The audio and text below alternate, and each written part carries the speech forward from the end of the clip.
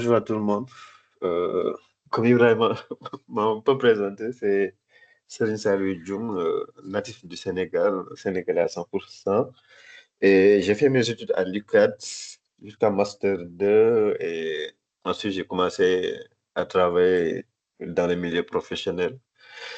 Aujourd'hui, j'ai 7 ans d'expérience sur toute la partie .NET, C Sharp, développement, full stack. Et je suis à 4 ans d'expérience, tout ce qui est DevOps et Cloud Azure. Donc aujourd'hui, on va faire une présentation sur les pipelines Azure. C'est quoi les pipelines Azure? Comment ils peuvent nous aider à livrer nos applications, ce que nous faisons derrière avec du C Sharp, soit du Python, soit du PHP ou JavaScript, et voir les bases pour ceux qui n'ont jamais fait ça. Et essayons de voir les différents types d'étapes. Donc là, au niveau de notre programme, ce que nous allons voir aujourd'hui comme plan de formation, on va voir les bases des pipelines Azure DevOps. Ensuite, on verra les injections des paramètres de configuration, l'utilisation des repos partagés et à la fin, comment déployer une application .NET sur App Service Azure en utilisant les pipelines. Donc, ça va être une présentation où on va échanger un peu parce que j'aime bien poser des questions quand je fais des présentations. Et j'aimerais bien vous poser une question. Est-ce qu'il y a certains d'entre vous on peut travailler sur les pipelines Azure ou Cloud Azure? Oui, bah, moi j'ai récemment travaillé dessus. Donc, oui. Oui, moi aussi j'ai à travailler dessus, hein. Ok, c'est parfait. Donc, on va bien s'entendre. Oui, pour Et moi aussi. c'est parfait. J'aime bien ça. N'hésitez pas de me couper si vous avez des questions ou des choses qui ne sont pas claires. Donc, nous allons démarrer avec les bases. Et au niveau des bases, on verra l'automatisation du pipeline avec le déploiement continu, intégration continue que l'on appelle et que nous voit le plus souvent dans les articles que l'on appelle CI/CD. Et ensuite, pour pouvoir faire un pipeline, il faut savoir c'est quoi la structure d'un pipeline. Il y a plusieurs façons de le faire. Les gens, chacun a la façon la plus habituée qu'ils le font d'habitude. D'habitude, parfois, ça dépend des entreprises. Ils définissent des modèles concernant la structure des pipelines et le format du fichier. Ensuite, on verra les variables et les paramètres. On verra aussi les triggers qui sont les déclencheurs qu'on a souvent. Et enfin, on verra les templates de pipeline. Donc, ici, les pipelines, pourquoi? Pour automatiser le déploiement et intégration continue. Parce que si on retourne, par exemple, 10 ans en arrière, on travaille en équipe, on échangeait du code, je pense, via des clés USB, soit on envoyait des fichiers par mail et parfois ce qui nous poussait à perdre une partie du code ou bien on ne pourrait pas gérer l'historique et ce qui nous faisait perdre beaucoup de temps. Et avec ce qu'on appelle aujourd'hui intégration continue avec le contrôle de version du Git, je pense que nous tous nous le savons, ceci est dépassé. Donc avec Git, ce qui nous permet de partager un projet, de travailler dessus, chacun des branches séparées et de centraliser ça dans un repo. Mais avec les pipelines Azure, il gère une partie intégration continue en faisant des pull requests, en lançant des builds pour voir s'il n'y a pas de régression ou bien s'il n'y a pas des, euh, des erreurs dans le projet. Donc, ça, c'est une partie que l'on appelle intégration continue. Mais aussi, encore 10 ans en arrière ou 15 ans, comment on faisait nos déploiements? Moi, j'ai eu à déployer, à générer des fichiers de façon manuelle, me connecter dans un serveur, déposer ça de façon manuelle, et décompresser, faire la configuration manuelle. Et ce qui est vraiment très, très compliqué, parce que supposons si on a une application, cette application, on souhaite déployer ça chez 5 clients, la même application. Donc, on est censé faire la configuration 5 fois dans 5 serveurs différents. Et dans ce genre de cas, parfois, on est des humains. À 95%, on peut oublier certaines configurations. Soit si on a une application, on la déploie chez un client, on doit, 5 ans après ou 2 ans après, on doit redéployer ça chez un autre client. Alors qu'entre-temps, les ingénieurs ont travaillé sur plusieurs projets, forcément, ils vont oublier les configurations qu'ils avaient faites. Donc, c'est là que ça devient intéressant, le déploiement continu, où tu as tout un ensemble d'infrastructures derrière qui est vraiment avec des fichiers de configuration qui sont définis et les pipelines Azure nous permettent de gérer cela de façon automatique. C'est pourquoi on retrouve le plus le terme automatisation parce que ça automatise tout ce que nous faisions dans le passé de façon manuelle. Bien vrai qu'aujourd'hui, il y a encore des petites actions manuelles, mais tout le temps, il peut être automatisé, ces actions-là. Donc, n'hésitez pas à me couper s'il y a des choses qui ne sont pas claires, c'est encore. Donc, là, on parle plus de rationalisation de l'intégration et du développement continu avec Azure DevOps. D'habitude, on a des étapes de base où on retrouve la plupart dans l'ensemble des pipelines Azure. Et par exemple, on peut, dans une première étape, tout le temps, on a une étape d'intégration de code. Ensuite, on a une autre étape de test. Bon, ça dépend des entreprises. Parfois, il y a certains qui privilègent de lancer d'habitude l'automatisation du build, c'est-à-dire le build. Par exemple, supposons si on a un projet en local, je prends ceci. Donc, aujourd'hui, qu'est-ce que nous faisons en local chez nous comme développeurs? Parce qu'il y a une partie Ops, il y a une partie développement. Mais nous, comme développeurs, qu'est-ce que nous faisons pour nous assurer que vraiment le projet fonctionne? Ou bien, avant de pousser mon code, qu'est-ce que je vais faire en local? D'habitude, les développeurs,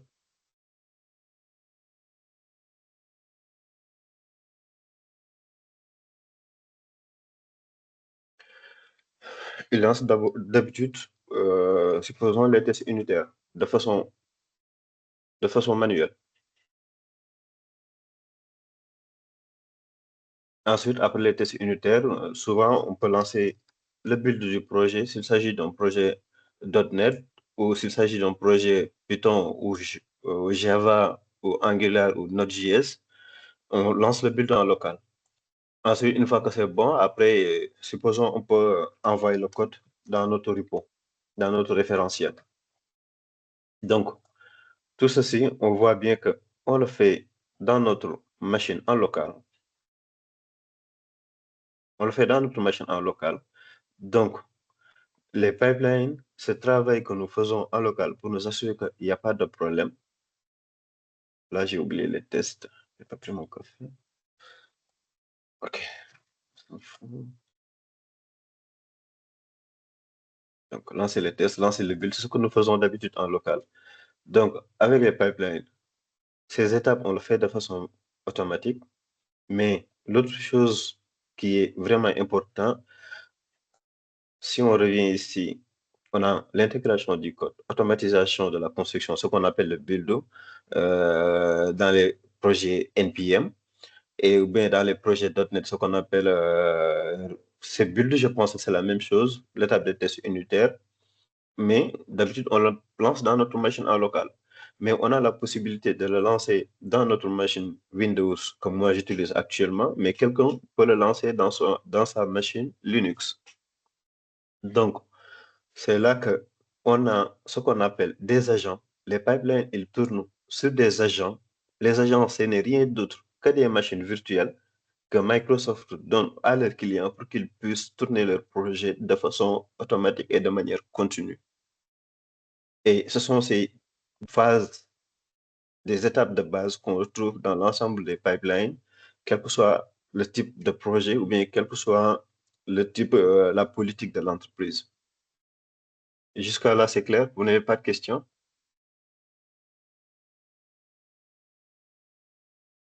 De mon côté, ça va. Donc, c'est très clair de mon côté. Ok, c'est parfait. Donc, on passe à l'étape suivante, à la structure. Donc, c'est quoi les structures? Donc, là, dans les pipelines, on a ce qu'on appelle des stages. On a des jobs, on a des steps Et tout ceci, ce n'est rien d'autre que des stages. C'est un groupe d'étapes qui contient à l'intérieur des sous-étapes avec des tâches qui définissent un travail que vous allez le dire que fais-moi ceci ou bien fais-moi cela. Mais dans certaines pipelines, on peut retrouver avec un seul groupe qui contient un ensemble de sous-tâches, ou bien dans d'autres qui sont vraiment plus complexes, ou bien qui ont des besoins plus nombreux, on peut regrouper un pipeline qui a plusieurs groupes et chaque groupe contient des sous-étapes à l'intérieur. Et chaque groupe, il fait un travail de façon unique qui est différent aux autres groupes qui sont définis dans le pipeline. Mais parfois, on peut avoir de besoin pour lancer les tâches qui sont dans les groupes, de les lancer de manière parallèle ou bien de faire une dépendance entre les groupes. Par exemple, pour dire que je vais lancer mon groupe 1, quand il finit, il va déclencher automatiquement le groupe 2. Ou bien dans d'autres cas, on peut dire qu'on va lancer les groupes 1 et 2 de manière parallèle et les deux, quand ils finissent, ils vont déclencher le groupe 3. Donc, c'est ce qu'on appelle des stages. Et les stages, ce n'est rien d'autre. Si je viens ici, et là, je viens là.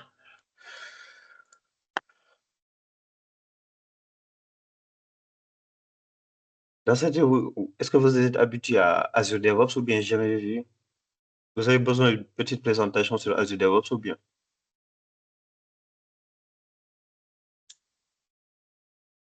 Oui, c'est possible, oui. Une brève présentation, ça serait la bienvenue. Ok, c'est parfait. Donc, Azure DevOps, c'est quoi Azure DevOps? Donc, je viens ici.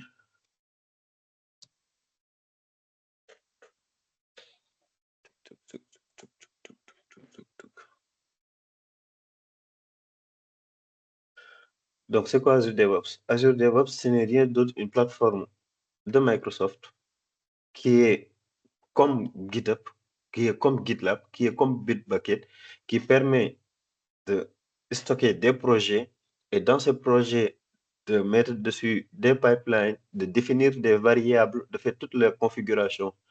Et dans Azure DevOps, on a ce qu'on appelle des organisations. Les organisations, c'est ce qu'on a ici. Par exemple, l'entreprise, supposons qui s'appelle Communauté Sénégal, il peut définir son organisation qui s'appelle Communauté Microsoft Sénégal. Et dans la communauté, on peut avoir plusieurs projets à l'intérieur. Et par exemple, le projet que j'ai ici, moi, si j'entends à l'intérieur, on a une partie overview qui regroupe, qui est une sorte de dashboard de l'ensemble des informations qui sont dans le projet. Par exemple, les pull requests, combien de pull requests, combien de commits, combien de pipelines on a et les membres qui sont dedans.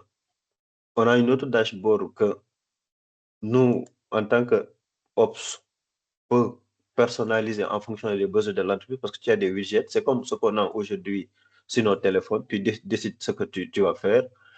Et après, tu as une sorte de dashboard où tu mets en avant l'ensemble des informations qui sont importantes par rapport à l'entreprise. Donc, une partie wiki, c'est quoi les wikis? Une sorte de documentation qui sont liées au projet, au repository qui sont dans ce projet. Et ces wikis-là, les développeurs, bien les ops, par exemple, moi, en tant que développeur C#, je peux, supposons, mettre en place un système pour générer des fichiers Excel ou bien charger des fichiers Excel avec des configurations au préalable. Moi, en tant que développeur, je peux venir ici, dire que la documentation du chargement des fichiers Excel, j'ai défini ça, cela, cette partie-là.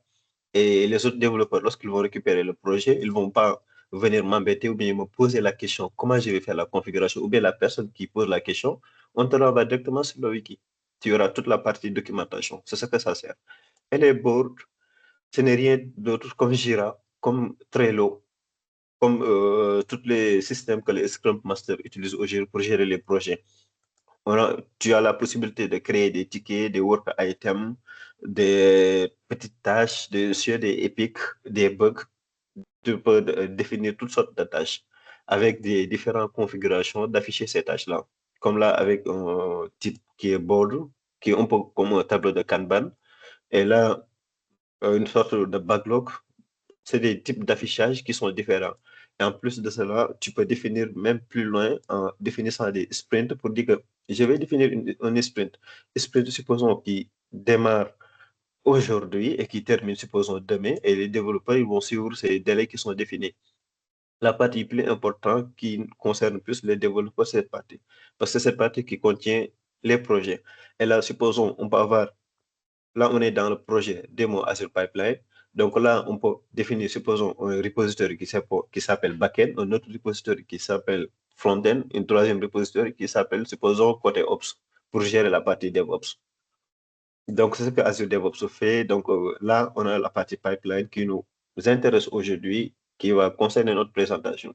Et cette partie, les utilisateurs, ils peuvent définir les pipelines qui sont liés à ces repositories qui sont dans ce projet, de définir la façon de lancer les builds, les tests unitaires et toute la partie déploiement, livraison continue.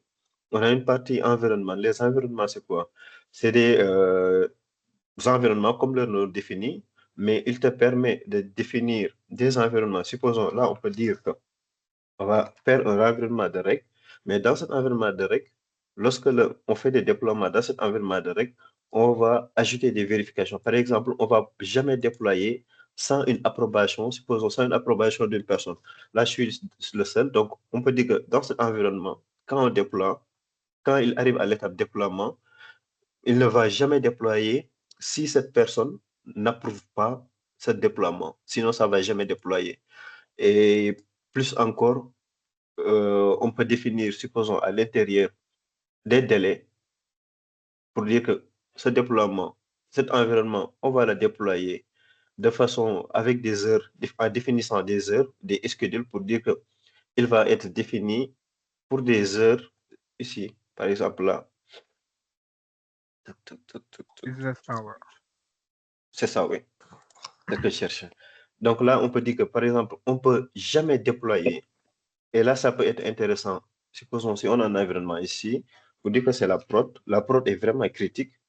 Et là, on va dire que la prod, on ne va jamais autoriser des déploiements qui sont à l'intérieur des heures de travail. Supposons qu'on va autoriser juste des déploiements qui se lancent à 0 heure et qui ne dépassent jamais 5 heures du matin. Donc, comme ça, on va être sûr que la prod, il va tout le temps être déployé entre minuit et 5 heures du matin. C'est à peu près comme ça. Donc, c'est ce que servent les environnements. Et lorsque tu définis les environnements, tu vas venir utiliser ça dans nos pipelines. On verra ça après de manière avancée. On a les librairies qui concernent une partie de nos sujets. René? Je disais que dans la partie pipeline, Mhm. il n'y a pas un autre sous-menu qu'on appelle release. Ah, oui, ça c'est un peu ancien, mais on a ça. Après, je vais vous montrer ça et je vous explique ça. Ça te va? Oui, ça me va. Merci René. Là, on a les tests pleins qui concernent plus les QA, ceux qui font les tests de régression, les tests automatisés des applications. Je ne suis pas expert à ça, donc je ne peux rien vous dire cette partie-là. Donc, ayant une partie artefact, c'est quoi l'artefact? Lorsqu'on fait un build de notre projet Angular ou bien notre projet Vue.js, on a un dossier, un binaire qui est généré et ce binaire, il peut être déposé ici. Ou bien lorsqu'on fait un publish de notre projet .NET, ce binaire qui est généré pour être déployé, il peut être déposé dans la partie artefact. Donc, c'est ce que, de manière générale, Azure DevOps. C'est bon, vous n'avez pas de questions ici?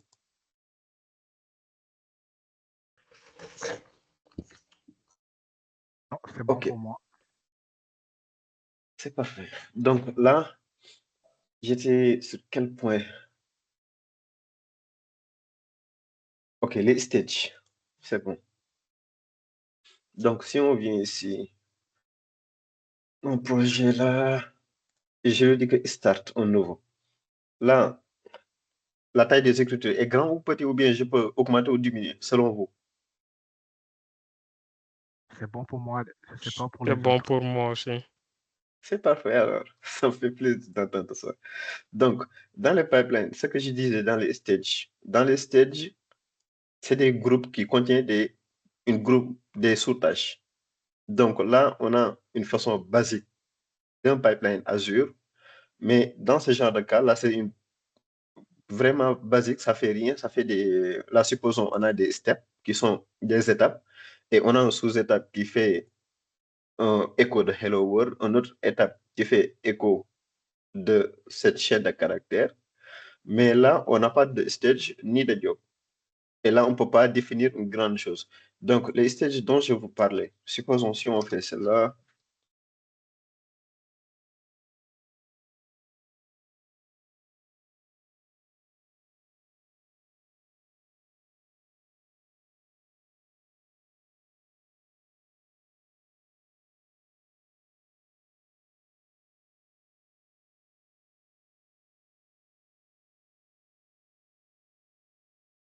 Et là, ce que je parlais, on a des stages. C'est quoi les stages?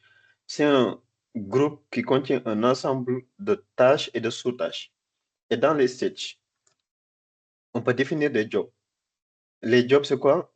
C'est un groupe de travail. Et dit que, supposons, on peut définir deux jobs ici pour dire que dans ce premier job, on va lui dire, supposons, il fait les tests unitaires du projet. Et dans ce deuxième job, on lui dit, supposons, fais-nous le build.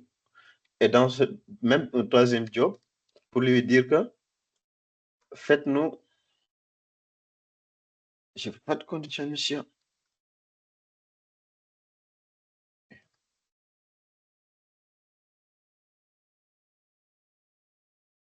Généralement une version de l'application.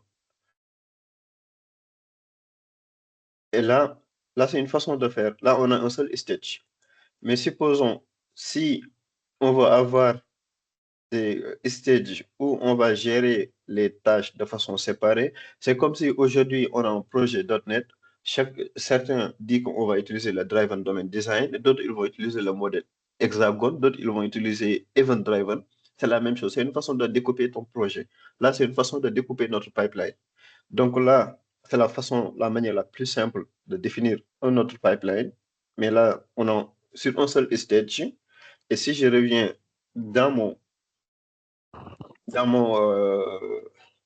PowerPoint, donc là, on peut voir, supposons, comment mon pipeline va être exécuté. Là, supposons, on a deux stages. Un stage qui gère toute la partie build, un autre stage qui gère toute la partie déploiement de mon code de l'artefact sur un app service par défaut. Et plus loin encore, qui est plus structuré, ce que je vous disais, là, on a un stage build, et dans ce stage build, on a un job qui fait le build et les tests unitaires. Ce qu'il fait ici, il lance les tests unitaires, il fait le build du projet et il publie un artefact. Ensuite, il y a un autre stage qui gère mon déploiement, qui va récupérer cet artefact qui a été généré ici et déployer ça dans mon service ou bien dans mon serveur où je souhaite déployer mon application. Donc, là, je reviens à l'état par défaut. Donc, si par exemple, on va tester ce pipeline qui est vraiment basique, qui n'a rien du tout, je remets même cela.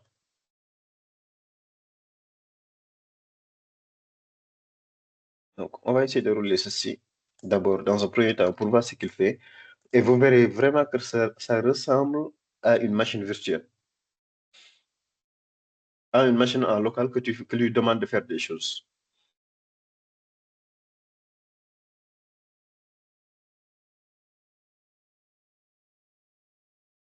Regarde, on a notre premier step.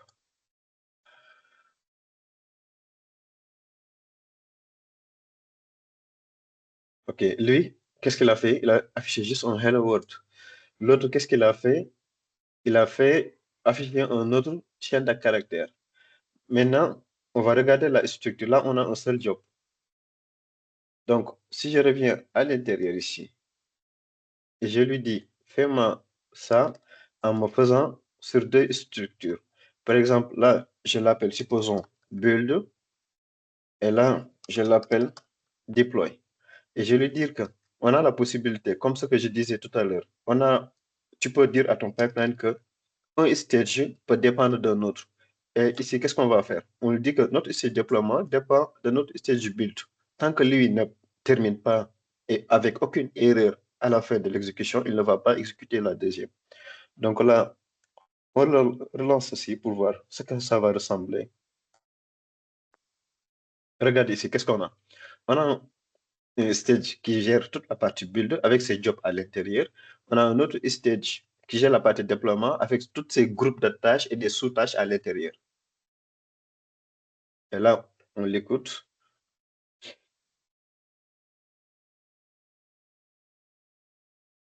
Là, on rentre à l'intérieur. Il a fait le travail. Ensuite, il termine. Je pense qu'il a une note en parallèle. C'est pourquoi oui. Donc, ce que je peux faire, j'annule celui-là.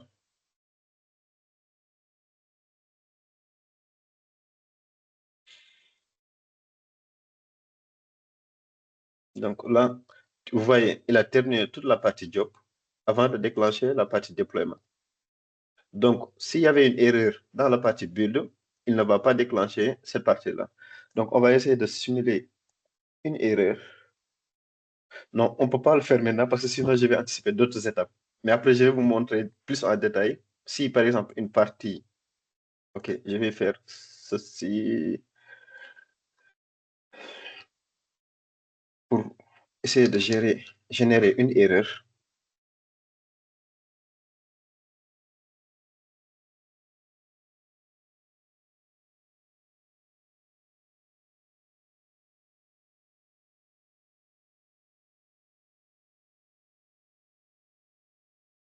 J'espère que tu vas me donner une erreur.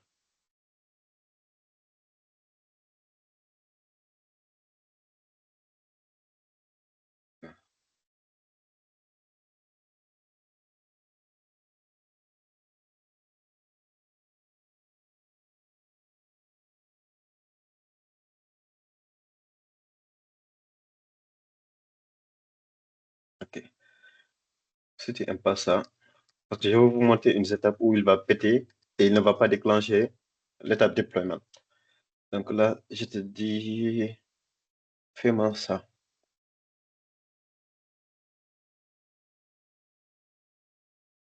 Donc là, je lui donne une variable qui n'existe pas.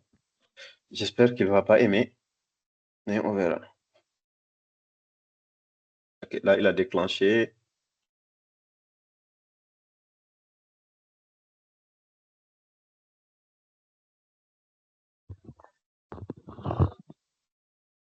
Quand il a exécuté, il n'a pas pété parce qu'il ne le considère pas comme étant une variable.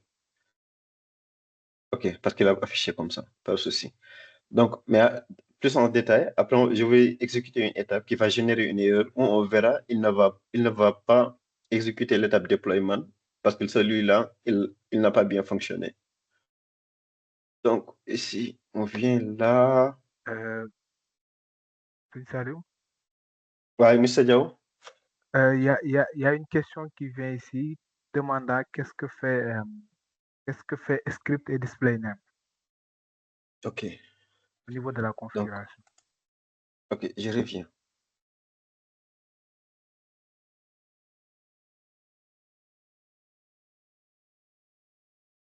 Par exemple, tu parles à ceci. Là, dans les étapes, tu peux définir des tâches. Ce qu'on appelle des tâches, par exemple, toi, dans ton projet, tu peux définir une tâche qui va afficher à l'utilisateur dans ton application front-end Hello World. Nous, nos pipelines ici, on lui demande de nous créer une tâche qui est de type script parce qu'on a des tâches, mais on a des types de tâches. Par exemple, ces types de tâches, les tâches, elles sont déjà, on a des tâches qui sont prédéfinies que Azure DevOps nous déjà fournissent ici. Là, tu peux définir des tâches de type bash qui sont des types script. On peut définir des tâches qui sont des tâches PowerShell. On peut définir d'autres tâches qui font des copies. Donc, le script, ce n'est rien d'autre qu'une tâche qui gère uniquement des scripts comme ce que tu fais en Linux. Parce que Echo, on a dans les systèmes Linux où on utilise Echo en affichant une variable ou bien en faisant autre chose. Par exemple, là, à la place de Echo, on peut lui dire que faites-nous, affiche-nous tous les dossiers et tous les sous-dossiers de ce répertoire qui sont dans cet agent. Et n'oubliez pas, l'agent ici, c'est une machine qui est de type Ubuntu. Là, je pourrais le dire que tourne, fais-moi le travail sur Windows. Donc, il va prendre une machine Windows chez Microsoft et va me faire le travail que je lui ai demandé ici. Donc, le script, ce n'est rien d'autre une tâche qui est de type script et qui exécute un script que je lui donne en entrée. Et là, même, il y a une autre possibilité de le faire. Tu peux dire que tu le fais en manière inline, comme ça. Et là, il va exécuter, il va faire un ls. Et le display name, qu'est-ce qu'il fait? C'est juste rien d'autre que l'utilisateur qui n'est pas un DevOps ou bien qui n'est pas vraiment, qui n'a pas expérience côté Ops, de comprendre ce que fait le pipeline qu'il est en train de tourner. Et là, on lui dit qu'afficher le contenu du dossier current. Donc, le display, c'est rien d'autre que, comment on peut le dire? C'est une sorte de commentaire, un message que tu affiches à l'utilisateur pour lui cacher derrière la complexité de cette tâche, s'il n'est pas technique ou bien s'il n'est pas DevOps. Donc, lui, qu'est-ce qu'il verra? On verra le display, qu'est-ce qu'il nous fait? On vient ici. Regarde, quand ça va exécuter, qu'est-ce qu'il va afficher?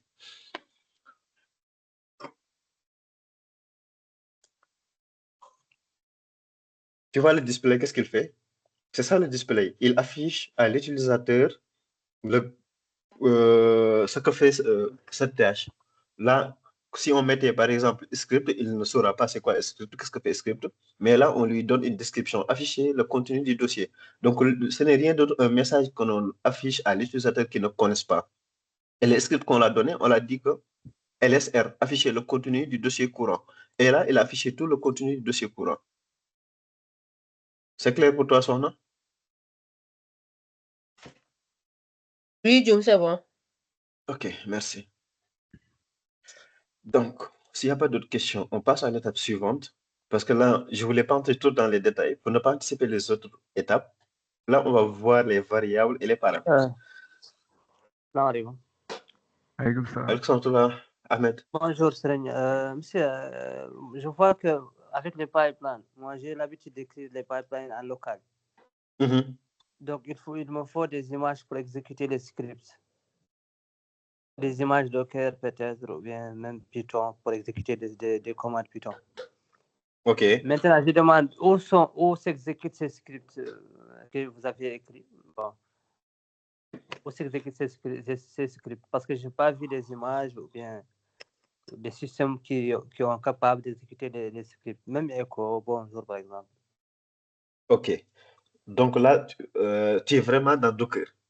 Et dans Docker, évidemment, on a des images. Ces images, ce n'est rien d'autre qu'une sorte de machine virtuelle qui tourne sur ton système d'exploitation, qui exécute des applications avec des types et des dépendances qui sont packagées dessus. Donc ici, c'est vraiment différent. Là, on est sur des pipelines parce que je pense que tu es un peu venu en retard, mais je vais remonter un peu. Dans cette étape, j'expliquais dans les pipelines Azure DevOps, on a ce qu'on appelle des agents. Des agents qui nous permettent d'exécuter nos pipelines.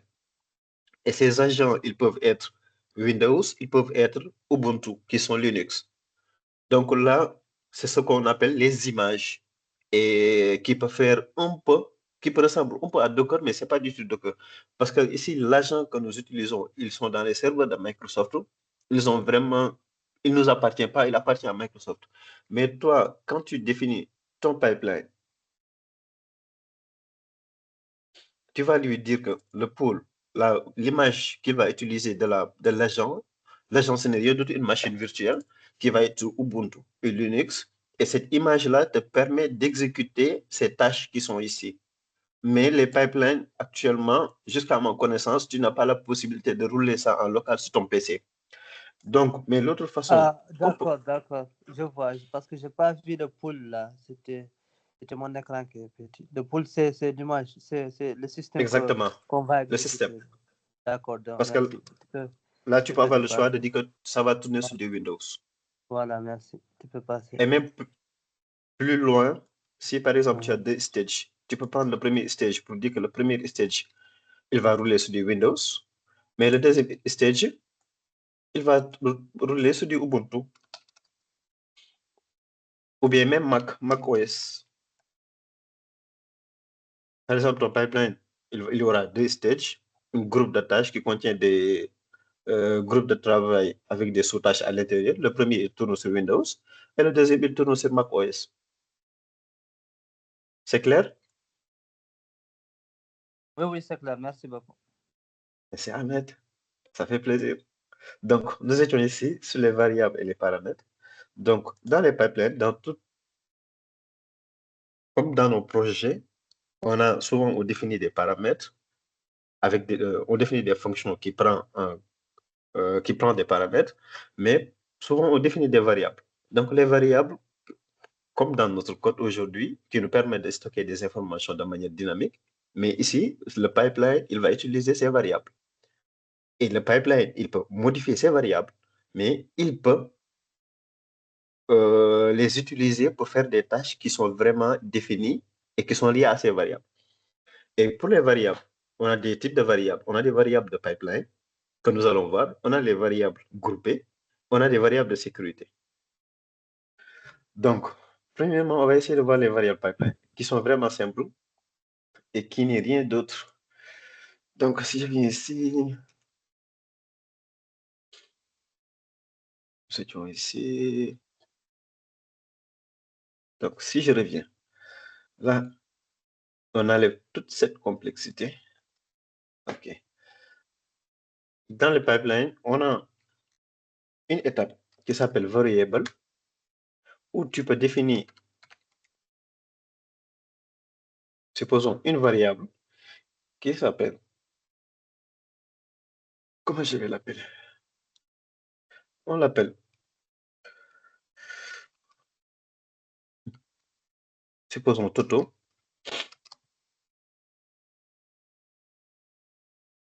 Et dans cette variable, tu peux définir sa valeur ici pour dire, il va appeler, on l'appelle comment? Tac, tac, tac. MS Groups Sénégal. Et cette variable, tu peux venir utiliser ça dans ces parties-là pour afficher la valeur, pour utiliser ça, mais aussi on a la possibilité de le modifier. Donc, supposons comment on peut modifier la variable. Donc, je viens ici. Là, on a sa valeur ici. Donc, je viens là. Tuc, tuc, tuc, tuc, tuc, tuc, tuc, tuc, tuc, tuc, tuc.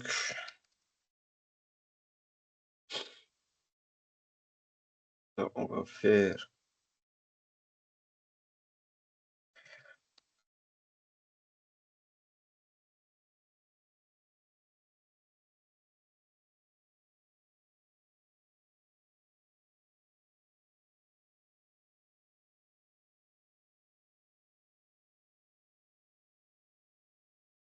on fait notre écho de notre variable ici, afficher le contenu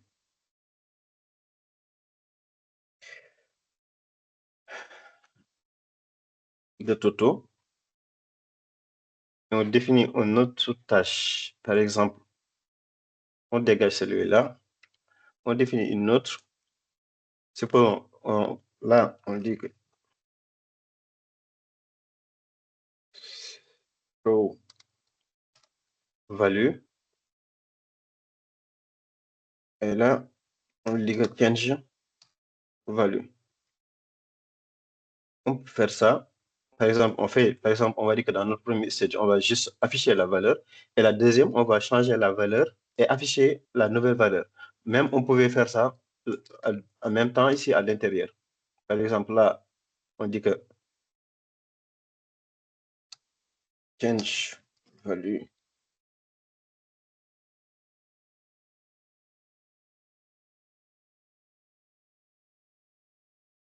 de Toto.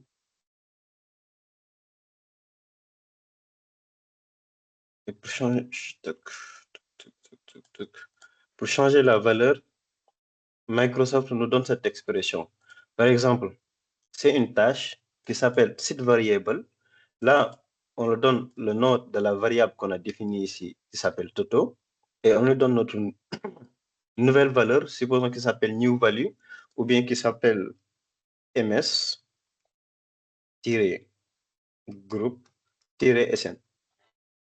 qui fait ça.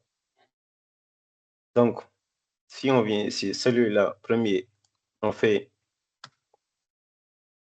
l'affichage de la variable. Sur la deuxième, on change la valeur. Et sur la troisième, afficher le contenu. C'est trop long. Le new contenu de Toto. Donc, on va tester ceci. Donc, là, on n'a pas besoin de plusieurs stages. On va juste manipuler des variables. Et même, on peut aller plus simple en dégageant toutes les stages, toutes les jobs. On lui dit qu'on a juste ça.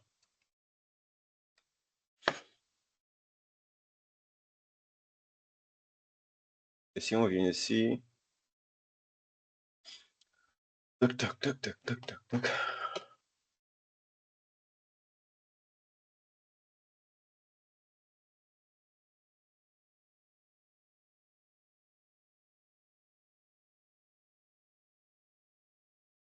Donc, lui, il a affiché le contenu de Toto. Lui, il a changé la valeur. Et là, la nouvelle value, il a ça. Donc, il a les deux. Il a les variables, ce qu'on a dit ici dans notre PowerPoint. On peut utiliser et le modifier de façon dynamique. C'est ce qu'on a ici, ce qu'on appelle les variables de pipeline. Les variables groupées, c'est quoi? Sur Azure Pipeline uniquement. On a dans le menu pipeline ce qu'on appelle les relais, ce que par les relais. On va voir ça plus tard. Mais on a ce qu'on appelle une partie library. Une partie library. C'est quoi une partie le library? Donc, pour que ça soit plus clair, je viens ici dans library. Dans library, c'est quoi? On a des groupes de variables. Les groupes de variables, supposons on a une application que nous déployons en prod, en stage et en dev. Donc, on a 3 environnements et on a les variables, certainement, qui vont changer de valeur en fonction des variables. Et dans cela, on peut venir ici, tu peux définir un groupe qui s'appelle demo.dev, qui a même le même nom de ton variable Toto, qui a ici une valeur qui s'appelle ms group sn dev. Donc, pour que ça soit plus clair, je le mets ici. Donc, ici, on définit un groupe qui s'appelle Toto, qui s'appelle comme ça, ms group dev. Donc, celui-là, on s'appelle demo.dev. On enregistre. Et dans la library, on peut définir un autre qui a la même variable Toto. Supposons point recette, quand on est sur la recette, Toto, notre variable Toto, qui a dev, mais ici, qu'il aura la valeur recette. Donc, ces groupes de variables, qu'est-ce que nous permet? Ça te permet de définir les mêmes variables, mais en changeant de valeur en fonction des environnements. Supposons, on dit que quand on déploie sur la dev, on va utiliser ce groupe. Quand on va déployer sur la recette, on va utiliser ce groupe. Maintenant, ici, dans notre pipeline, tout à l'heure, on avait défini Toto. Donc, supposons, si on change ça, on lui dit que là, ce n'est plus une variable, mais utiliser le groupe de variables qu'on a ici.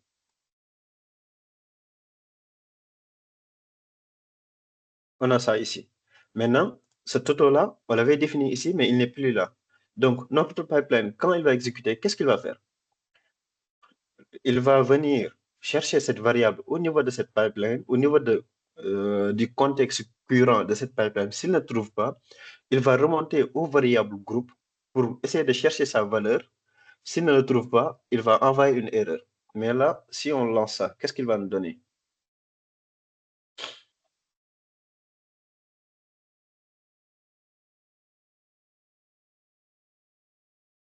Déjà, si on entre dedans, qu'est-ce qu'il nous dit?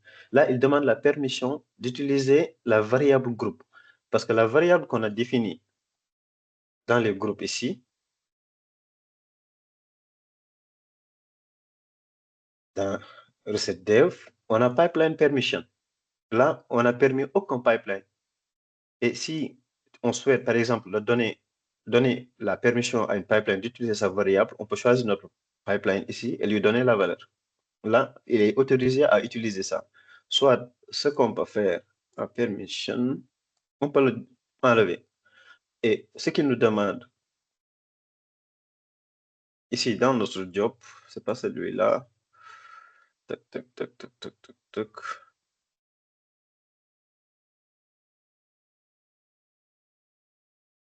Parce que là, derrière, il a déjà même fait. Vous voyez, parce que je lui donne tout à l'heure la permission et automatiquement, il a exécuté, automatiquement, il a récupéré la valeur de dev. Et si je reviens là, je change ça. Maintenant, je fais, c'est là que ça devient aussi important, les stages, parce que dans les stages, on peut définir des variables. Par exemple, supposons ce qu'on va faire, parce que là, on a utilisé un groupe de manière générale que tout le pipeline va utiliser, mais regardez ici ce qu'on va faire ici.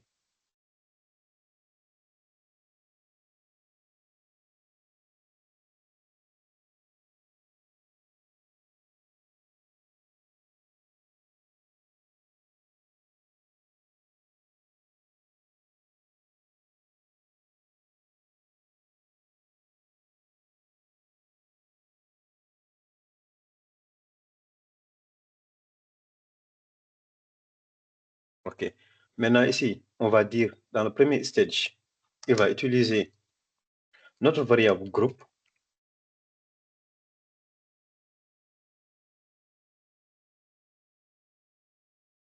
Notre groupe dev, show dev, et on définit le même groupe pour lui dire que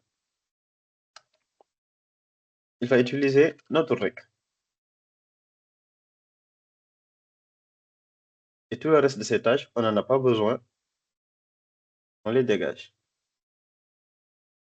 Là, déjà, je n'ai pas défini une dépendance entre les deux. Voyons ce que ça va faire. Et celui-là, on peut le dégager. Du coup, quand il va exécuter, il va chercher la valeur de ce toto à l'intérieur du stage. Et à l'intérieur du stage, on a défini une variable de groupe qui va récupérer l'ensemble des variables qui sont dans ce groupe de variables. Et s'il ne le trouve pas, il va remonter de manière générale dans le contexte courant du pipeline pour récupérer sa valeur. S'il ne trouve pas, il va péter une erreur. Et ici, on fait la même chose. On lui dit qu'il va utiliser le groupe rec, il va récupérer l'ensemble des variables de la recette. Donc, qu'est-ce qu'on fait ici? Et si je reviens,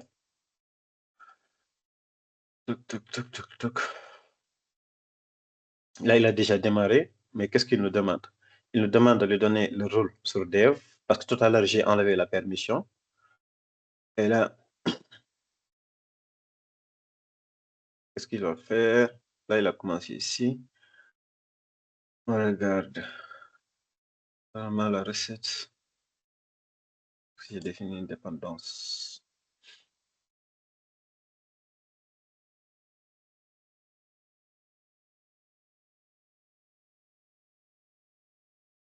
Donc là, il a affiché celui de dev.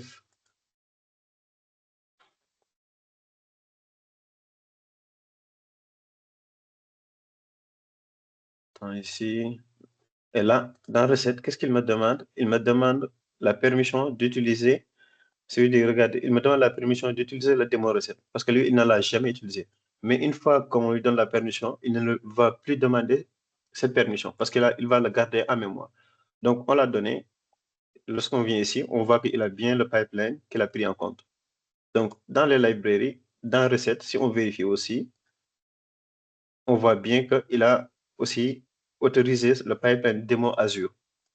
Donc, si on vient ici, lui, vous voyez, lui, il a affiché la valeur de la recette. Et dans le job, il a affiché celui de dev. Donc, c'est ce que servent les variables group, de définir des valeurs en fonction des environnements où on souhaite injecter ces valeurs-là dans le pipeline, dans une application. Et ceci est plus utilisé dans les types d'applications, comme les applications mobiles, qui ne peuvent pas connecter à distance à des sources pour récupérer des valeurs, ou bien plus dans les applications frontaux, où on déploie d'habitude dans Azure Storage Blob ou AWS S3, où là, une fois déployé, tu ne peux plus modifier les valeurs. Ce serait intéressant d'utiliser les variables groupe pour injecter les valeurs au moment où tu packages ton application. Donc, si je reviens dans mon pipeline, on a les paramètres. Les paramètres sont quoi? Ils sont définis. au moment de l'exécution du pipeline ou du job. Et à quoi il sert? Il nous permet de définir notre comportement du pipeline. Et pour les paramètres, on a des types string, on a des types number, on a des types booléens, des types object, des types enum. Jusqu'à présent, c'est bon, vous n'avez pas de questions? Voilà. Juste une C'est clair? question. Mhm. Juste une question au niveau des librairies. Donc si je comprends bien, au niveau des librairies, on peut faire la configuration de nos Docker là-bas, quoi. Tu peux Par, ex- répéter, s'il par, te plaît? par exemple, si j'ai créé des ressources sur Azure, donc je peux Mhm. les déclarer directement au niveau de mon library, de telle sorte que quand je vais les utiliser au niveau de mon pipeline, automatiquement, je peux les appeler directement à partir des variables. Oui. Par exemple, quand tu parles de ressources, tu parles, supposons, de SIR ou bien de App Service ou bien d'une database. Exactement, tout à fait. Par exemple, ou d'un Exactement. conteneur, par exemple, ou d'un conteneur. Oui. Exemple, tu peux le mettre ici, service name. Supposons, tu vas appeler ton service comme ça, la variable. Et Ouais, ici, dans dev, supposons, tu peux l'appeler démo app dev, qu'il va récupérer dans Azure, et ouais. tu le mets comme ça. Et tu viens ici dans library, dans la recette, tu fais la même chose.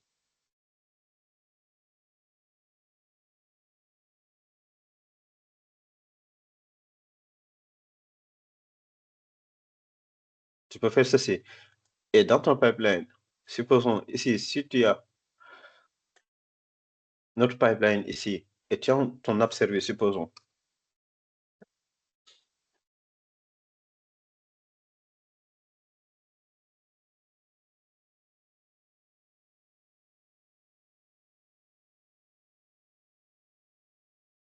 Tu as ton app service deployment. Ici, tu peux venir, faire ta application name, tu viens ici, là, et tu lui donnes le nom de la variable. Tu lui dis, il va récupérer le nom de la variable service, ici. D'accord, Là, il va d'accord. récupérer celui de la recette, et si tu fais la même chose dans la dev, il va récupérer celui de dev. Il va se D'accord, connecter dessus. d'accord, d'accord, d'accord. Ok, C'est merci. clair? Oui, Et je vais rester sur ta question pour introduire les paramètres. Les paramètres, c'est quoi? C'est des valeurs qui sont définies au moment de l'exécution. Et dans ces paramètres, ils nous permettent de définir le comportement de notre pipeline. Comme le menu variables que je vous ai montré tout à l'heure, on a un autre qui s'appelle paramètre. Et supposons la paramètre. Qu'est-ce qu'on peut faire? Il nous permet de définir le comportement de notre pipeline. Supposons si on définit un paramètre qui s'appelle env. Et dans notre paramètre,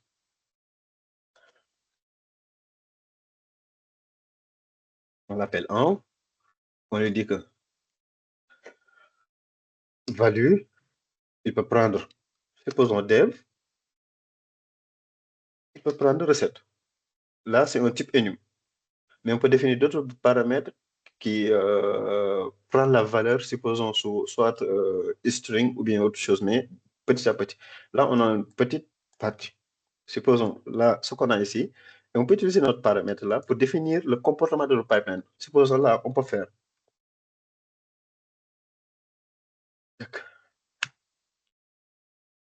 On lui dit if equal parameters.env. C'est égal à dev. Exécute celui-là. On lui dit la même chose, celui-là. C'est égal à recette. Exécute celui-là. Regarde notre paramètre parce que je précise encore, il nous permet de définir le comportement de notre pipeline. Là, qu'est-ce qu'il va nous dire? Notre hologate à la ligne 20, mapping value. Qu'est-ce que j'ai fait? Quelle bêtise j'ai fait?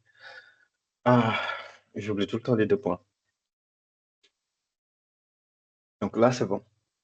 Il doit aimer. Un paramètre must be provided. OK. Donc lui, on lui donne une valeur par défaut. On lui dit que défaut, il prend dev. Est-ce que tu vas aimer, monsieur? OK, merci. Donc là, si on revient, on allume celui-là. Même on peut faire ça. On enlève la valeur par défaut. On lui dit que ne validez pas parce que lorsqu'il valide, parce qu'on a dit les paramètres, il définit la valeur au moment de l'exécution. C'est pourquoi lorsque je lui dis de valider, il ne voit pas la valeur de paramètre parce qu'il essaie de l'exécuter. Mais là, je lui dis qu'enregistrer seulement, mais ne valide pas mon pipeline. Donc là, si on vient ici, on essaie de lancer, il va me demander si je veux définir sur la dev ou bien si je veux le rouler sur la recette. Et là, regarde, si je fais sur la dev, qu'est-ce qu'il va faire? Quel job il va lancer? Et n'oublions pas, on a un stage dev, on a un stage recette. Et là, je lui donne la valeur uniquement dev. Qu'est-ce qu'il va faire? On attend.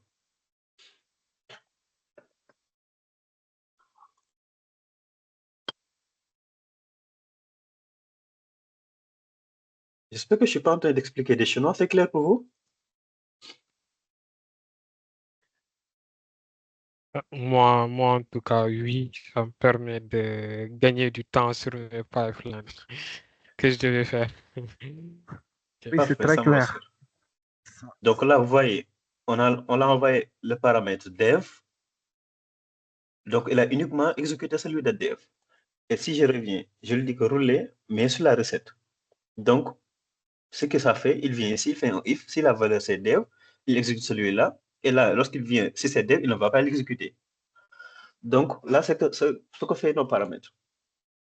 Donc, même, tu peux définir, tu as la possibilité de définir d'autres paramètres.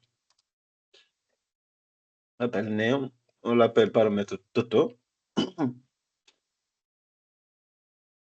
Tu définis le type, soit string, soit booléen, soit tout ce que tu veux. Après, tu peux utiliser ton paramètre dans ton code. Comme là, on avait fait là, pour les paramètres, ce n'est rien d'autre cette expression.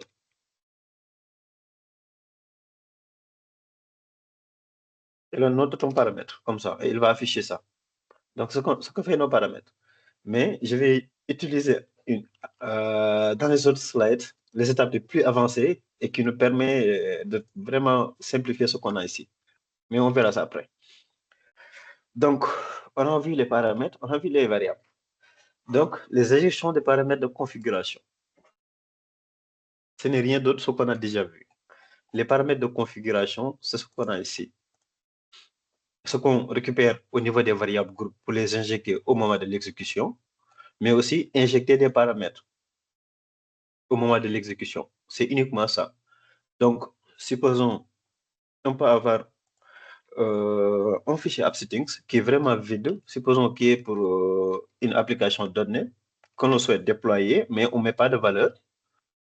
Et supposons qu'on souhaite charger les valeurs qu'on a définies dans notre dev et dans notre fichier AppSettings. Donc, ce que je vais faire, j'ai défini une petite application qu'on va déployer après sur Azure. Ne vous inquiétez surtout pas. Donc, je prends ce fichier et je le mets dans mon repo. Donc, si je fais ça, honnêtement, j'ai la place d'écrire. Je fais un copier-coller, c'est plus simple pour moi.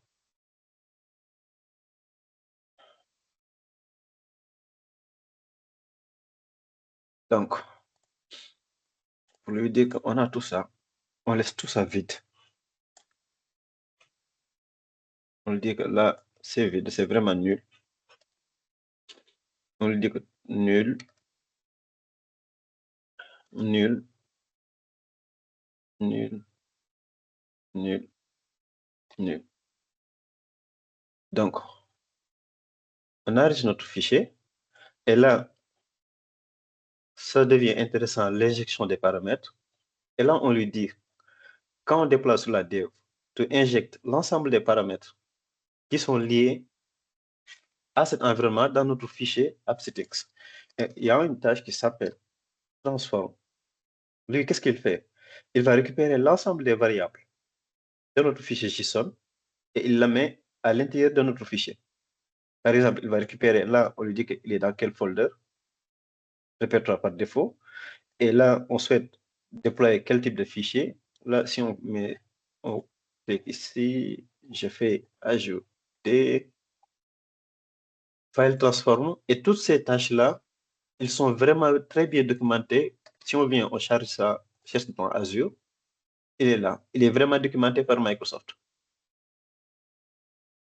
Il est là. Et là, on nous donne un exemple. On a un fichier app settings qu'on souhaite charger au moment de l'exécution avec les variables qu'il va prendre. Et là, il te donne la documentation de la tâche. Et là, tu vas définir fichier target. S'il s'agit d'un fichier JSON, c'est ce qu'on veut nous.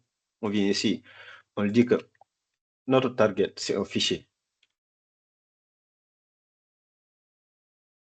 JSON. On lui dit que notre fichier app, je pense que je vais copier la valeur, il est là. Et là, si on regarde la documentation, il dit que la source path, qu'est-ce qu'il fait? Folder path. Une valeur par défaut, chemin du fichier, du package ou de dossier. Donc, on va lui donner le dossier current. Oh, qu'est-ce que j'ai fait? J'ai fait une bêtise. Ok, il est là. On lui donne ce fichier-là. Et qu'est-ce qu'il va faire? Lorsqu'il va charger, il va charger cette variable, groupe, et récupérer l'ensemble des contenus. Par exemple, si nous étions venus ici, on a dans notre fichier authentication issuer key et on définit une valeur et on dit que c'est une variable qui est vraiment sécurisée, ce qu'on appelle les variables de sécurité, ce que j'ai oublié. Les variables de sécurité, ils te permettent de définir des variables, mais au moment de l'exécution, il ne va pas afficher la valeur. Il va le mettre comme ça. Et une fois que tu le mets en sécurité, tu ne pourras plus afficher la valeur, à ma connaissance. Donc, c'est ce que fait les injections pour ne pas déborder parce qu'on est 1h15, ça devait être 1h30. Donc, on va essayer de passer à l'étape suivante. On a ce qu'on appelle les repos partagés. C'est quoi les repos partagés? Donc, toi qui définis ton application pour dire que tu vas utiliser un pipeline. Là, on a notre projet ici, mais on peut définir plusieurs repos. Et là, supposons on a un backend qui s'appelle, supposons, marketing API, un autre qui s'appelle RH API, et tous les deux, ils doivent utiliser le même repo, le même pipeline. Et dans ce cas, on peut avoir le choix pour dire qu'on va définir un repo qui s'appelle common. Et dans notre common qu'on a ici, on peut venir créer un nouveau pipeline. Et notre pipeline, qu'est-ce qu'il va nous permettre de faire? Par exemple, on dit qu'on utilise ce pipeline, mais supposons, on lui donne, parce que c'est une étape que j'ai sautée que l'on appelle des templates. Les templates, c'est quoi? Il te permet de prendre ton pipeline et le définir de telle façon qu'il soit dynamique et flexible. Il prend juste des paramètres et en fonction des paramètres, il fait le travail que nous le demandons. Par exemple, on peut définir ici des paramètres qui s'appellent template et on dit que c'est un type.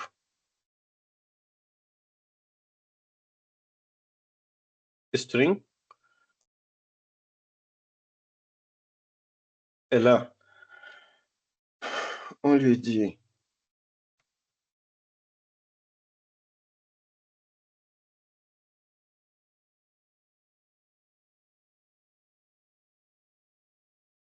paramètre. Là, vraiment, j'essaie d'accélérer parce que j'ai vu qu'on a commencé à déborder.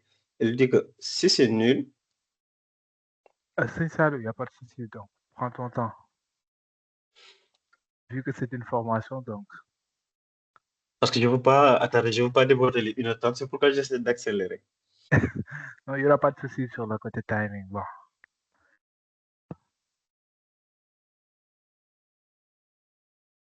Donc là, on peut dire que si, tac, tac, tac, on peut faire ça, on lui donne la fonction note. Et dit que si ce n'est pas nul, il nous affiche ça. Donc, on va enregistrer.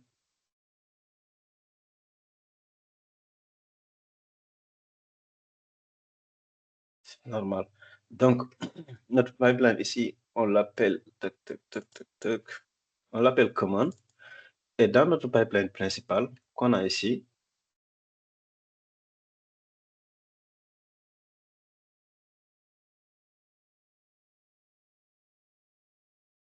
on enlève tout ça, même on peut laisser ça, on vient, on lui dit que va utiliser, on a une autre partie qui s'appelle ressources. Ressources, c'est un autre onglet qui nous permet de dire que si on va utiliser des repositories qui sont vraiment distants, et là, ce qu'on va lui dire, va dans le repository qui s'appelle common,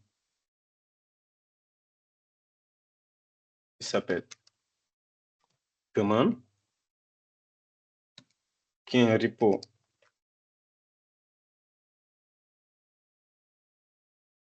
de type Git, mais tu l'appelles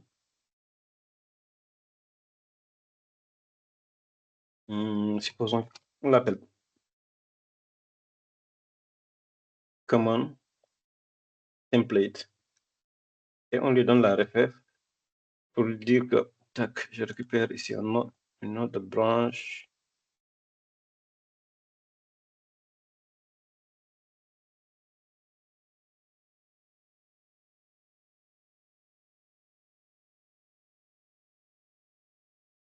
Utiliser la branche main. Et ici, au lieu de faire tout ça, on peut dégager tout et arriver à ce niveau.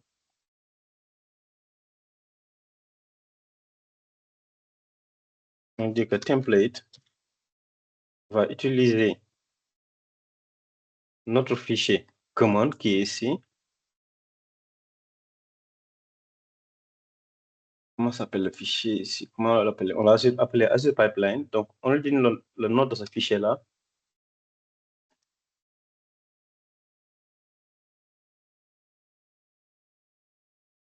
Et on lui dit que dans cette adresse qui est dans le repository common, et lui, on lui donne les paramètres qu'il attend. Donc, lui, il attend quel paramètre? Il attend un paramètre qui s'appelle template.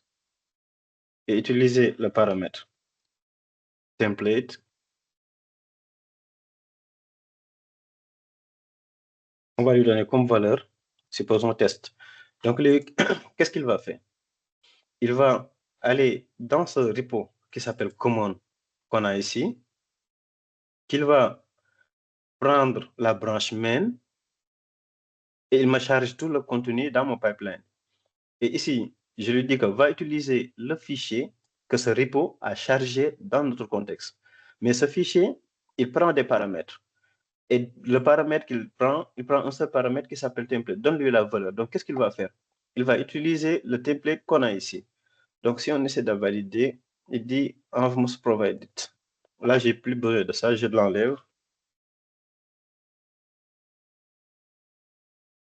Common project could not be reviewed. OK.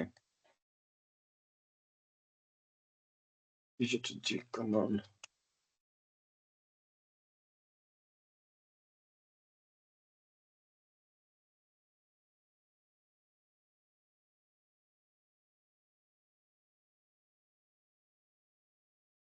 Il essaie de valider, essaie de chercher ce fichier dans ce repo common sur la branche main.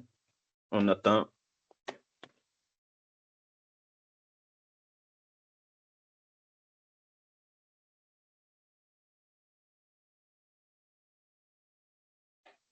Dépêche-toi.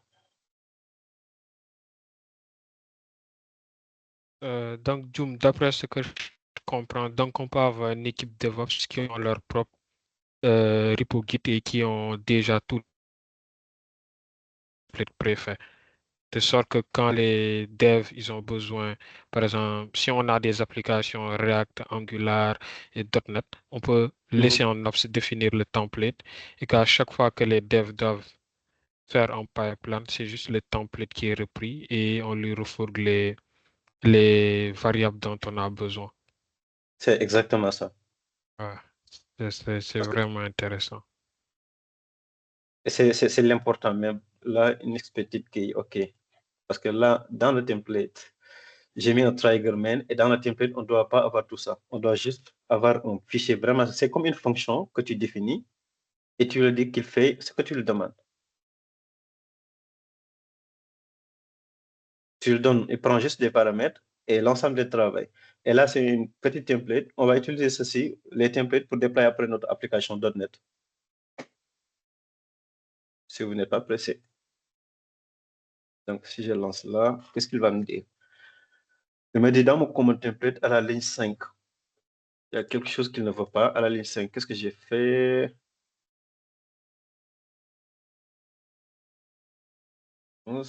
La ligne 5, j'ai fait un if. C'est la note qu'il ne veut pas.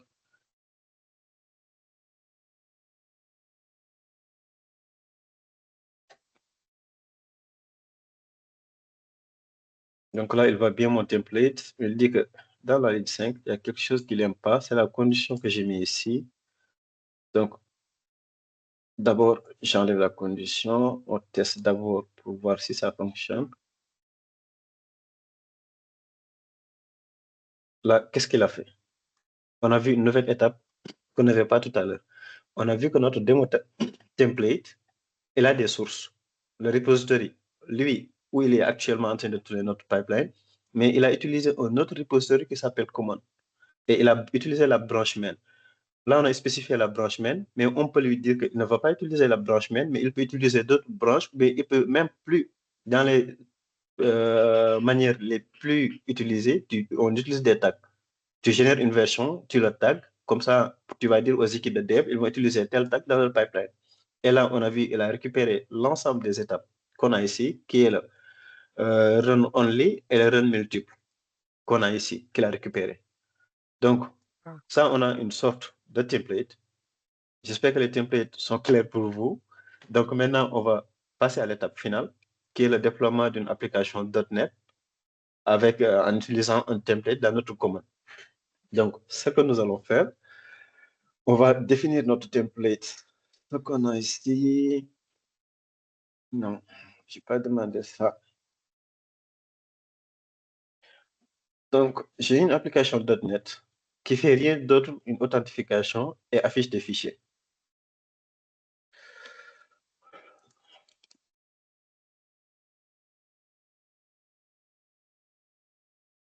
Donc là, qu'est-ce que fait notre application? Il génère juste un token.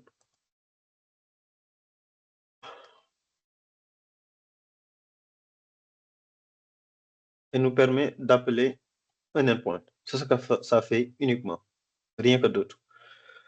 Donc, on va aller sur Azure. Est-ce que parmi d'entre vous, il y a certains qui sont familiers à Azure DevOps, à Azure Cloud? Oui, moi. Et qui d'autre? Moi aussi. Tout le temps les deux grands chefs. OK, c'est parfait. Donc, on va définir rapidement un app service. Donc, je ne vais pas trop entrer dans les détails de Azure. Si vous voulez, on peut prévoir un autre démo pour parler vraiment d'Azure. Je suis partant si vous voulez. D'accord, je vais programmer ça. Il n'y a pas de souci. Donc là, j'ai fait rapidement. Donc, ce qu'on va faire, on va juste dans notre ressource groupe, de manière générale. C'est quoi une ressource groupe? Ressource groupe, ce n'est rien d'autre que un dossier que l'on définit à l'intérieur des services que l'on souhaite déployer notre application. Et en fonction des services qu'on va définir, on a une application .NET. Donc, ce qu'on a besoin, on va définir juste un app service. App service n'est rien d'autre une service pass platform as a service Microsoft, que je ne vais pas entrer dans les détails peut-être prochainement, si on a programmé ce point. Donc, on en parlera en détail. Mais si vous avez des questions, n'hésitez pas à demander. OK. Donc, on le définit de manière rapide.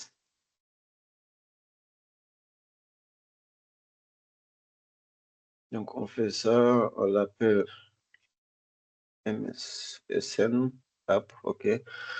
Donc, on va lui dire que c'est une application .NET 8.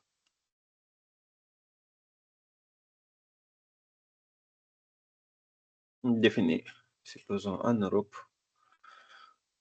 avec un type de plan qui est vraiment gratuit, on ne paye rien. Donc, dans les app services, l'app service, supposons, c'est le type du site qui va contenir notre application, mais l'app plane, c'est vraiment la machine avec les différentes ressources qu'il a derrière, ce qu'il a comme processeur, ce qu'il a comme RAM. Donc, tout le temps, les app services, ils tournent sur des app planes, ce qu'on appelle plan de tarification, et qui sont définis derrière. Supposons là, si on regarde dépêche-toi,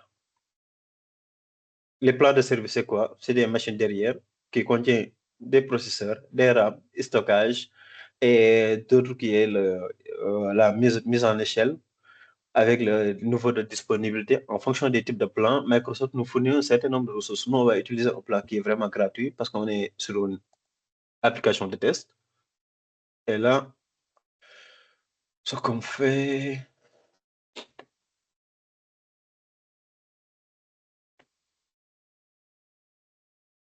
donc là, on le crée en attendant qu'il se crée, on va définir notre template ici. Donc, pour ne pas perdre du temps, je vais récupérer un template que j'utilise déjà pour déployer des pipelines, mais on le met ici.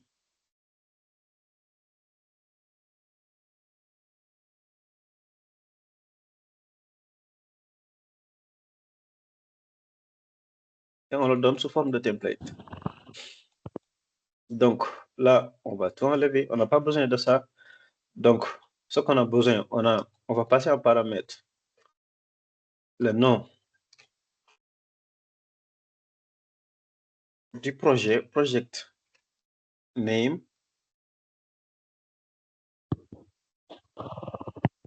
Si c'est vraiment clair, vous pouvez m'arrêter, soit on peut interrompre la séance et prendre une autre fois pour vraiment que ce soit clair. Parce que l'objectif, c'est que vous compreniez et que nous tous, nous comprenons ce que nous faisons et ça ne va pas être une perte de temps. Non! Désolé, les travaux du week-end. Donc, on va passer la version de notre .NET. Et qu'est-ce qu'on va passer aussi? Le build configuration. Comme ça, on va définir notre pipeline sous forme de template. Donc, ce que tu disais tout à l'heure, Jao, c'est que ça devient intéressant. Et là, c'est bon ici. On lui donne le nom de notre application, un paramètre. Là, on a un pipeline qu'on est vraiment, on est en train de la transformer en template qu'on va utiliser.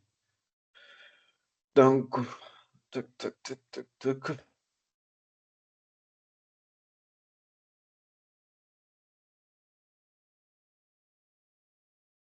Donc, ce qu'on a ici, on lui donne le nom de subscription en paramètre.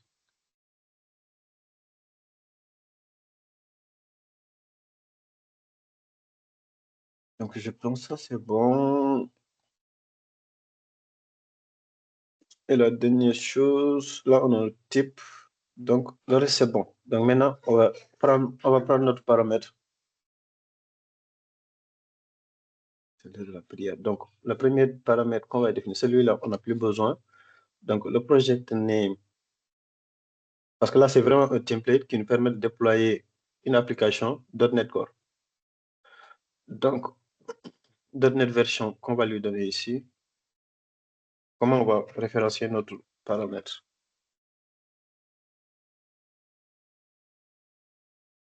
On a ici .NET version qu'on lui donne en paramètre. Là, le type qu'on a ici.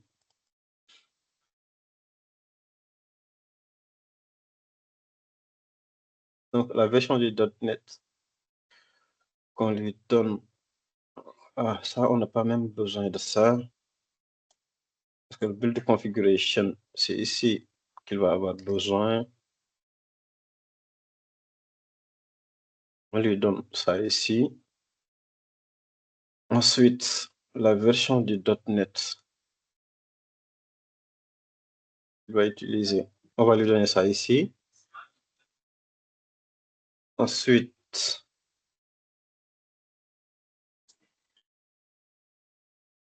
Là, c'est bon. Cette partie, on n'a pas besoin pour la qualité gate. Pas intéressant pour aujourd'hui. Donc, la configuration.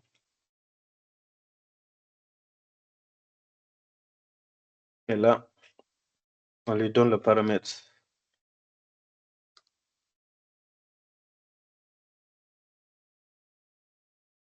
Notre app name qu'on a défini ici.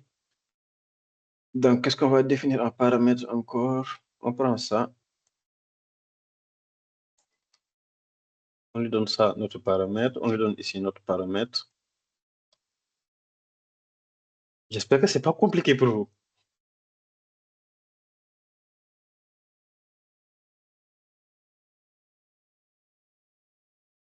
Allô? Oui, J'espère que c'est pas compliqué pour vous. oui, ça commence à être compliqué, mais ça va. Parce que, est-ce que ça ne serait pas intéressant de programmer une autre séance où on verra les templates de manière profondeur et le déploiement sur Azure? Parce qu'il nous reste beaucoup de choses et je suis en train d'accélérer. Je pense que j'ai l'impression que j'ai perdu les gens et c'est pas l'objectif. Je sais pas, c'est vous tout ce que je vous demande. Que je demande. Avec l'approche design, ce serait beaucoup plus simple pour les non-devs de comprendre beaucoup plus facilement. Oui. Là, c'est plus les releases qui nous permettent de gérer cette partie-là. Mais là, pour les templates, vraiment, tu n'as pas la possibilité de faire en mode design. Tu es obligé d'écrire un code YAML qui définit ce que tu fais. Donc, Tout ce à que fait. je vous propose, on peut programmer une autre séance pour voir comment on va déployer une application .NET avec un pipeline simple et comment on va transformer ce pipeline Azure en un template et le réutiliser dans plusieurs projets et le déployer dans Azure. Ouais, moi, je suis d'accord avec toi, Djoum. Maintenant, je sais pas, Ibrahima, par rapport à ça. Comme ça, on aura Oui, plus de temps à utiliser un pipeline basique déployé. Et là, on va montrer comment rendre la tâche moins répétitive. Ouais, oui, ça me ok. va, hein. Donc, il n'y a pas de souci de mon côté. Je pense que c'est mieux même pour qu'on puisse assimiler tout. Parce que l'objectif, c'est de Exactement. permettre à tout un chacun de pouvoir monter en compétence. Donc, si ça demande de programmer un autre code pour y arriver, ça vaut le coup. Parce que Oui, j'ai je pense l'impression que je que, vous ai filé beaucoup d'informations déjà. oui, je pense Ouais. qu'il fallait juste donc mettre en place un pipeline simple et faire le déploiement de Azure. Parce que là, c'est un peu avancé, quoi. Oui, c'est vraiment avancé, ça, je suis d'accord.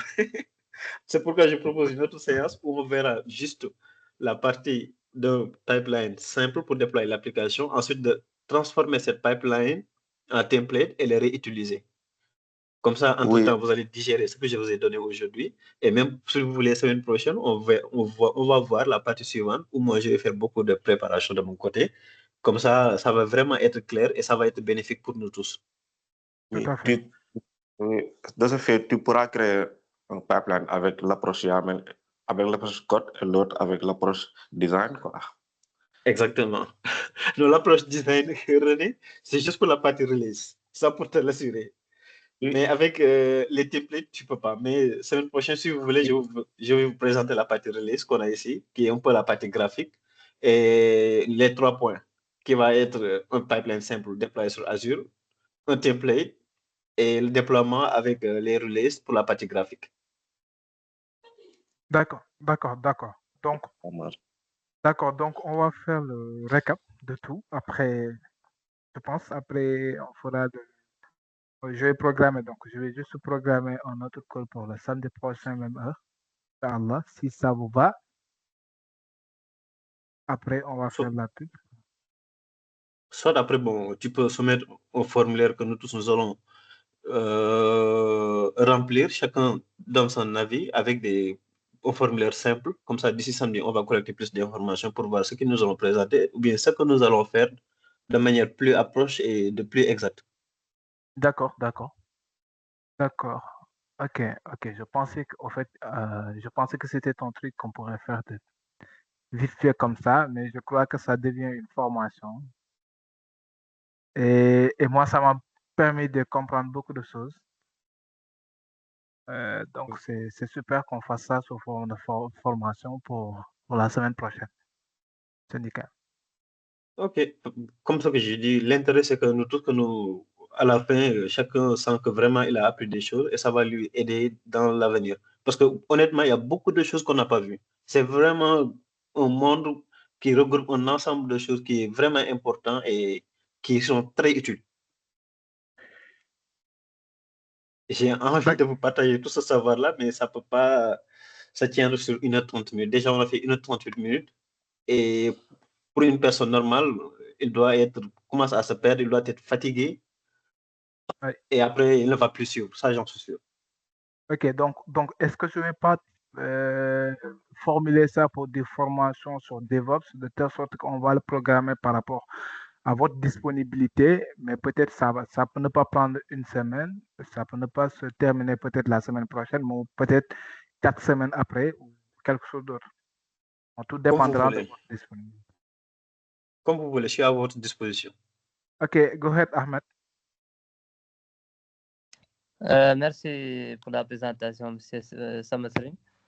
Vraiment, c'est une bonne formation. Mais vu que pour moi, mon souci, c'est Azure. Je ne suis pas fort côté Azure comme AWS. Donc, si vous pouvez faire des introductions de base, tout ce qui est Azure avant d'entrer sur les pipelines. Parce que, voilà, si vous faites, c'est idéal pour moi. Ok, Si le temps permet. Jao, tu peux Surtout noter ça? surtout les services Oui. qu'on utilise pour le déploiement Azure, les services de calcul, les services réseau, tout ce qu'on utilise pour le DevOps. Ok. Ok. Voilà. Ahmed, il y aura aussi, on va pas tout faire dans un seul, il y aura aussi des sujets séparés, spécialisés uniquement pour ça aussi. Donc, vu que lui, c'est le pipeline, il va faire sûrement un déploiement, faire une brève introduction sur Azure, mais il y aura sûrement d'autres webinaires faits par la communauté qui seront centralisés aussi sur Azure. Donc, t'inquiète pas par rapport à ça. Donc, on va essayer de noter et on va essayer de prendre en compte aussi tes recommandations. Et donc, n'oubliez pas de D'accord, suivre je suis la à l'écoute. page et n'oubliez pas de suivre beaucoup la page. Et il y a un groupe WhatsApp aussi qu'on a. Et je D'accord. pense après, vraiment, on va partager pour ceux qui veulent entrer, on va partager pas mal de choses. C'est quelle Ok. page?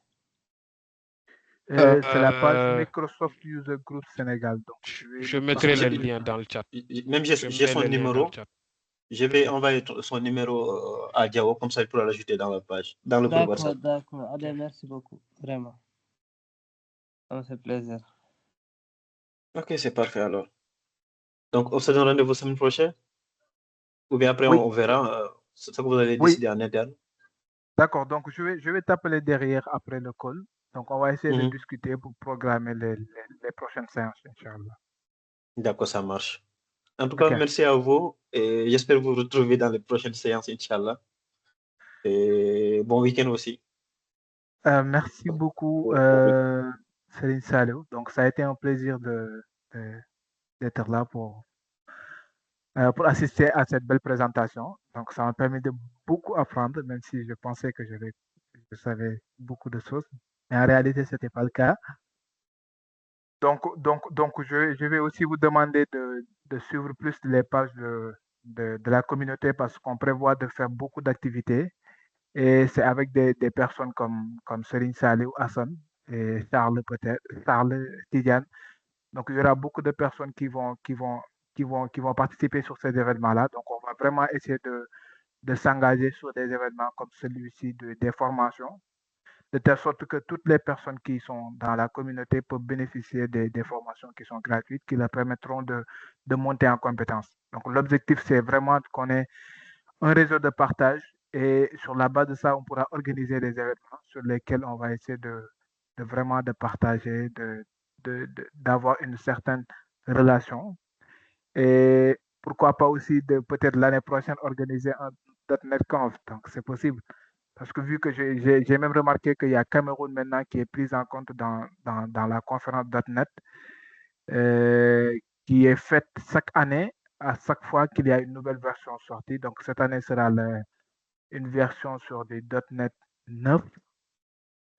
Donc, il y aura une présentation. Je pense pour l'événement du Cameroun, ce sera au mois de janvier. Mais pour celui des États-Unis et autres, je pense que ce sera ce mois-ci, novembre. Donc, à force d'augmenter les activités de nos communautés, on pourra avoir la chance de pouvoir organiser ces événements ici au Sénégal. Comme la Cameroun l'a réussi avec leur communauté .NET Cameroun. Donc, du coup, il faudra qu'on essaie d'apporter nos soutiens, de participer encore plus sur les activités de la communauté. Et cela nous aidera à pouvoir monter en compétences, mais aussi de pouvoir augmenter les sujets d'activité de formation. Voilà.